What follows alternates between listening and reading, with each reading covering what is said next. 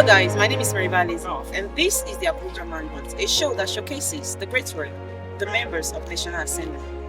Join me as I interview Right Honorable Evangelist David Agada Ogewu, FCAI Deputy Chairman, House Committee on Army, member representing Obi Federal Constituency, National Assembly, Abuja.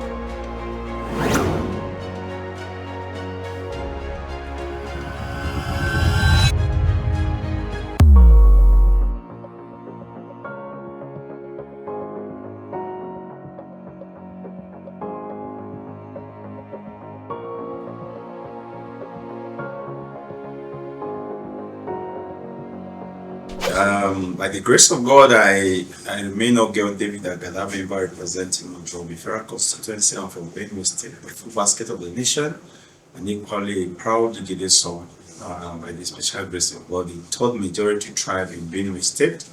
Okay, first of all, I'd like you to tell us about tax reform and your view about it. As a people's representative, first I want to really appreciate the President on the tax bill, the Speaker of the House of Representatives, Right Honorable Tajuddin Abbas, whom we call the People's Speaker because he takes everything that has to do with the masses to heart and their care.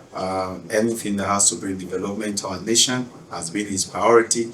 I won't say this my opinion, and which have formed the general opinion of our people of the 10th Assembly regarding the tax bill, reform tax bill 2025. I must tell you in a very simple terms, it's a bill I tag as eat as you produce.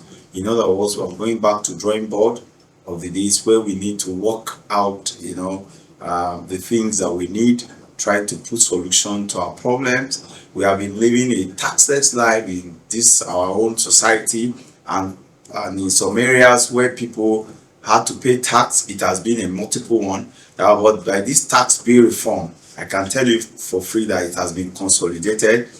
People will no longer pay multiple tax. It's just a single tax as a business owner, and not just business owner.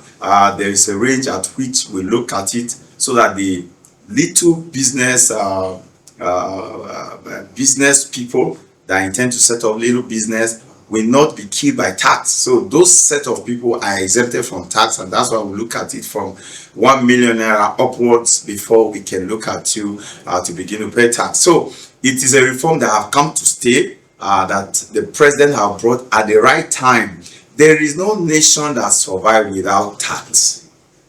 For a nation to survive, improve, and develop, there must be tax, and this tax must be well utilized. This is where we as legislature, our role comes in. Having passed it into law, what is needed or required of us is to ensure that these revenues are well utilized to the benefit of the masses, to the people, to the entire nation, to bring development to our nations. So tax reform bill is an excellent idea that has been brought by Mr. President, Senator Bola Ahmed Tinubu, which has come to stay and to help the country to grow economically. Okay, but the aspect of it has generated a lot of criticism among Nigerians. What do you think? I want to say most of the critics that have come regarding this tax bill, first, I regard some of them as people who are enemy to the growth of this country. Secondly, I regard some of those critics as people who are lazy, who are not ready to take up the task of building a nation. Like I always say again in one of the nations, I said it is time for us all to make sacrifice to make our country great. When you shy away from paying tax, what do you expect a nation to develop with? Do we keep on borrowing every time to construct our roads, to do one thing or the other for our country, where sometime we cannot generate what we have borrowed for? We cannot pay back, and it has made us more indebted to the international community or to some of these Western countries. So we need to start building our own country by ourselves, and it's by generating this within our own purview. And this is what Mr. President have come with. Well, in some of the re-argument that step in, some at the first instance were looking at it, oh, this has confliction with my own religion. Oh, my religion said we shouldn't do this or shouldn't do that. We look at those things, and some of these things have been harmonized where this issue has been laid to rest. So reform tax bill has come to stay and is for our good. Okay, thank you so much, sir. So, as an elected representative of your constituency, right? We all know that farmers are those into food production. What are the implications of this in terms of multiple taxation? Yes, this is where, like I said, we need to go back to the drawing board. Like way from the north, for instance, the northern part of the country, I employ us to go back to our farmers. Now, in one of my statements to them in some of the meetings we had, I said to them, it is time to revert back to the agriculture. It is through this agriculture we have those days the groundnut pyramid that have brought about whatever you see today, the industry. We talk about the oil industry. What was generated from the groundnut pyramid, it was what they used in building or discovering these oils and then put them where they are. 2, we used to have textile industry. Oh, well, harnessed from what? Our agricultural produce. 3, in those days, through this groundnut pyramid, this agriculture were able to have manufacturing company in Kaduna. Through it also, we have Ajakuta being built.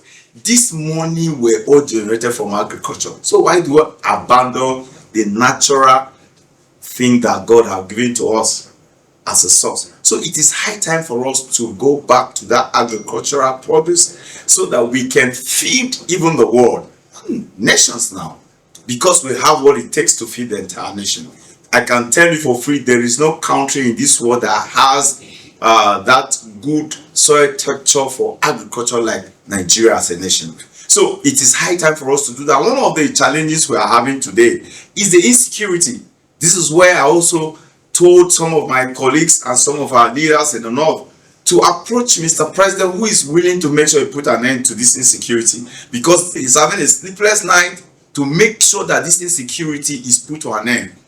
If this insecurity is put to an end, we can now go back to our farms. There won't be any longer Fulani herdsmen attacking the farmers, scaring them away from the farms to make some of this produce we want. So it is a primary area where we can generate good revenue.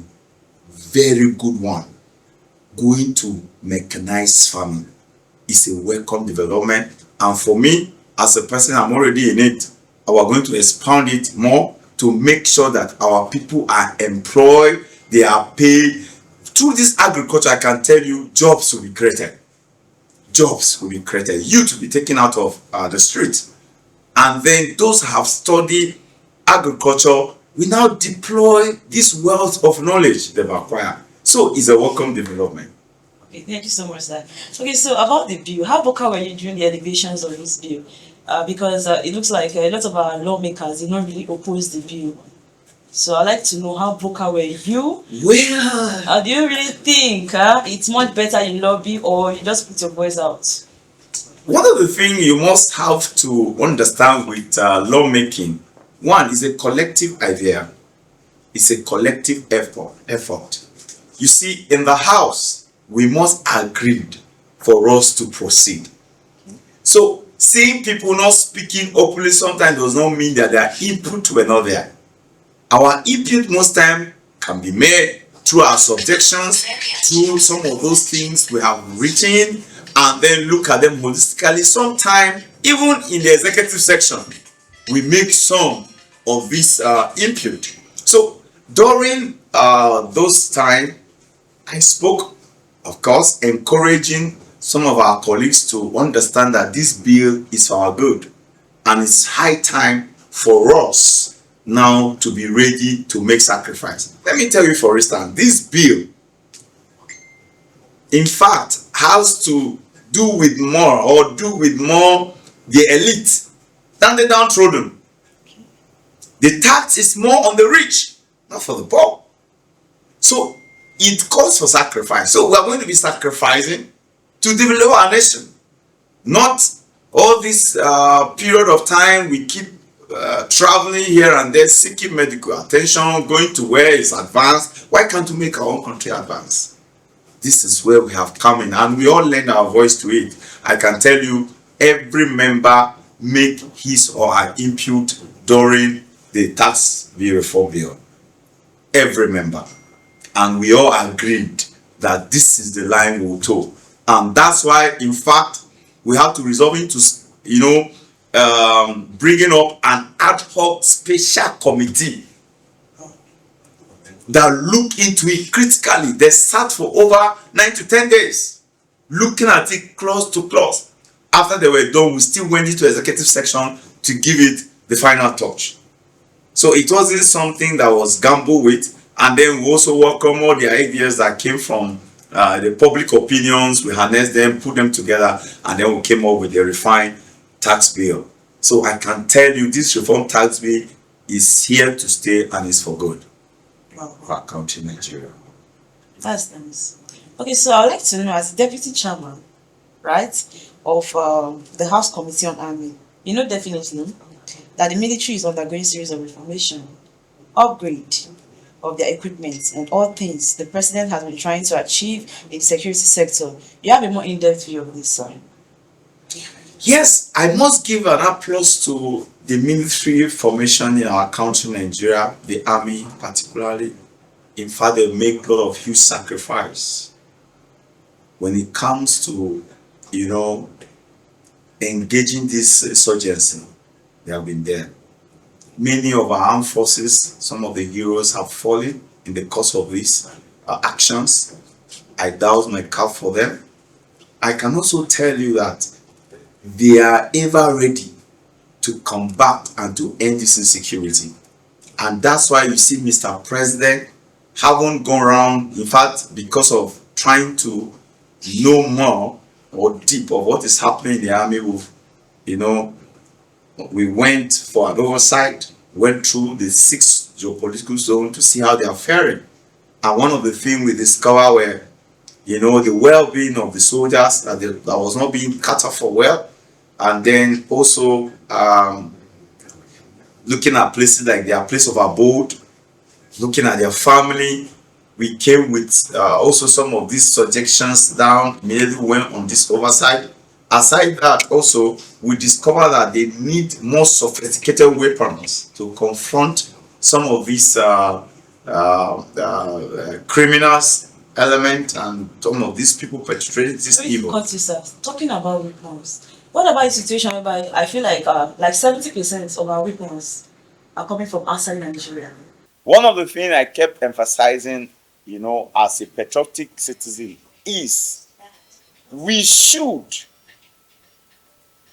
devote our time in being a producer than consumer.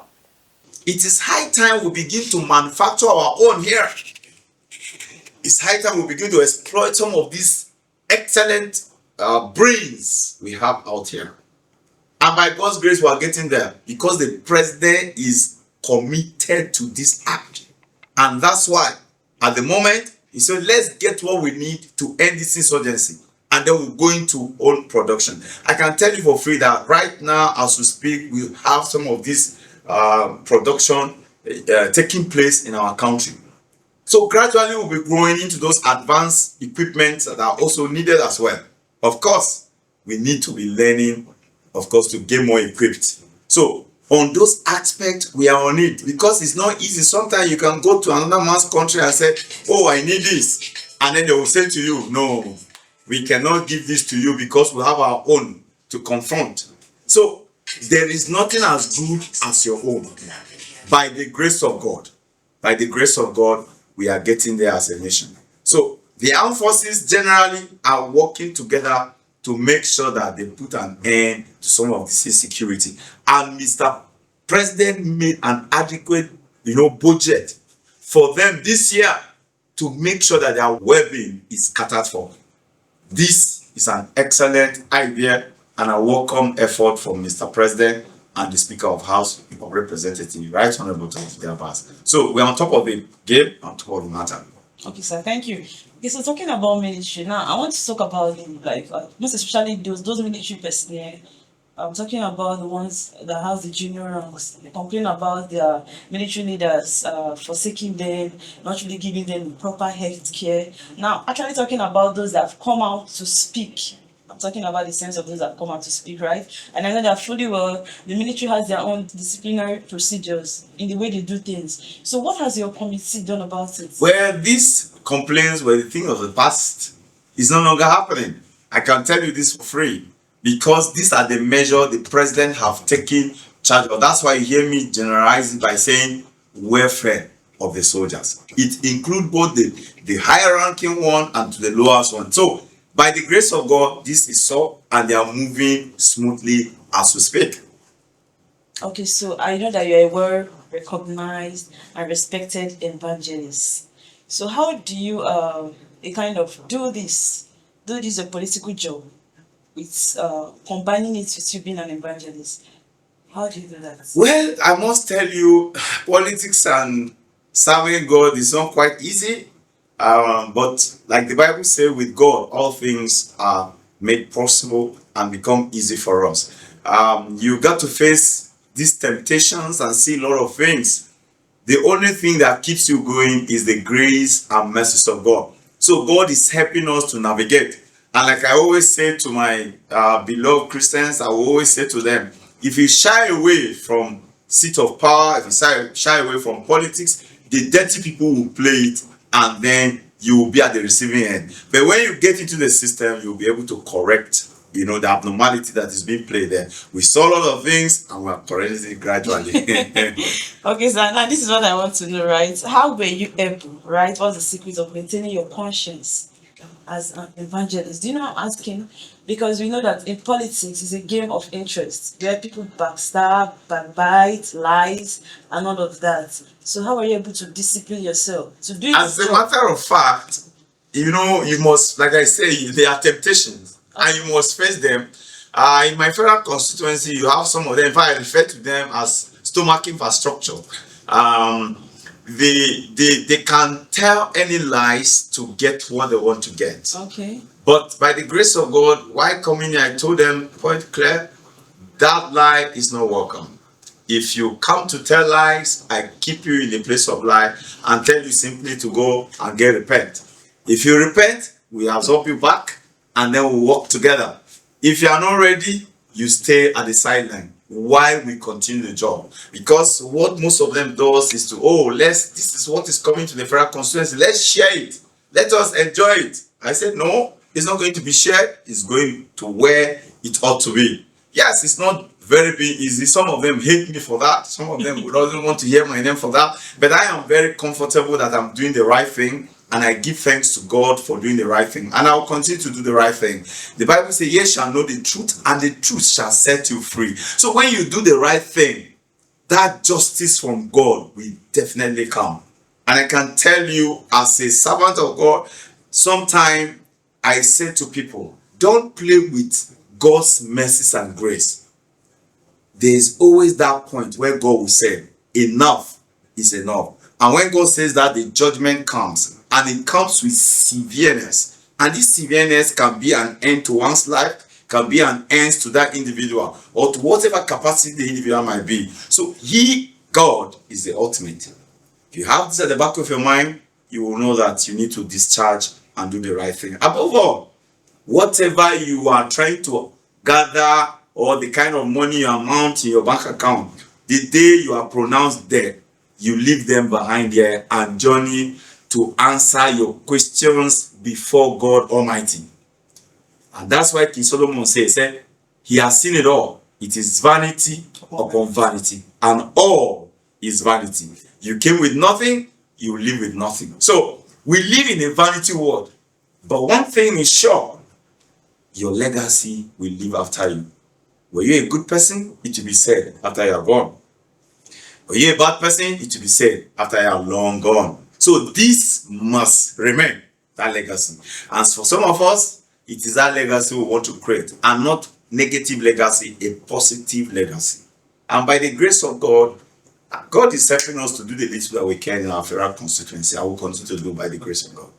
Wow. Okay. So you talked about legacy. How do your family cope with the workload, having to travel for oversight duties, visiting your constituencies, trying to listen to their pleas? Then how do you balance the equation? Then coming back to Abuja again. Well, like I said, it's sacrifice. All of us must sacrifice. Service to the people has to do with sacrifice. If you don't want to serve the people, you want to live by enjoying going around yourself with your family around, then don't go into public service. If you want to serve, be ready for sacrifice. There are no times where you say, oh, I cannot stand up now. Oh, I cannot do it. No. You have to be up and doing at all times, whether at night or at day. As for me, I signed that and I have to execute it for my conscience to be clear, my conscience to be okay. When I see my people smile, they especially downtrodden, I am happy. This gives me joy. And my family, yes, with me, thank God for the kind of wife God has given me. She understood, and my daughter sometimes, yes, they could complain sometimes. Your daddy is serving our people, and they get to understand it. So it's this understanding that keeps us going, and we're moving very perfectly fine. Okay, sir. So I'd like to know, so far in the house, what can you say has been the performance under the leadership of the APC in the house? Yes, I will not really just say as a political party, but I will say as a people, because when we come to the house, there's no longer a political party. We now serve Nigeria. So far, so good. I can tell you for free, the steps and the restructuring that is taking in place is for good. And with time, it will materialize, it will get mature, and then Nigerians will be happy. You know, every transformation pass through a process. In that process, there is always suffering. There's always bitterness. But at the end of it, when the beauty of that particular transformation comes out, you say, oh, I admire this. Oh, I am happy. That is what happens. So, the end of the tunnel, there shall be joy. Okay, sir. Lastly, let me throw this out to you. How do you ensure that the voices of the constituents are being heard in decision-making process? Yeah, it's by speaking for them. I have to speak for them. That's why I'm representing them. And by the grace of God, I think I've been that. And so far, so good. The leadership of the House, right from the Speaker to the President, they have been listening to our cry. I can tell you right now, we have a road, federal road from Ogewu to Cross River, ongoing. That is the federal road from the President. He listened to our cry and is going on. And by the special grace of God, to be completed. And also reaching out some friends, like the governor of Ebonyi State, you know, he promised of constructing the other way from Abakaliki down close to Ogewu, and then constructing the bridge that the river, the bridge that links both of us, a very long one. I appreciate it. And then also from the house, so many empowerment and some other things I've been getting to my people. That federal presence that we want, the federal character that was lacking before is beginning to take shape, and the tribe called Agada that was almost subsumed, and some people would think that we are Idoma, is being known now that it's not true. They are not Idoma. There is Agada, there is Idoma, and there's Steve. So many things are happening for our good, and by the special grace of God, more are coming. Thank you so much, sir. Thank you. Okay, viewers, we've come to the end of the interview session. We Right Honorable David Agada Ogewu, FCAI, Deputy Chairman, House Committee on Army, and also member representing Obi Federal Constituency, National Assembly.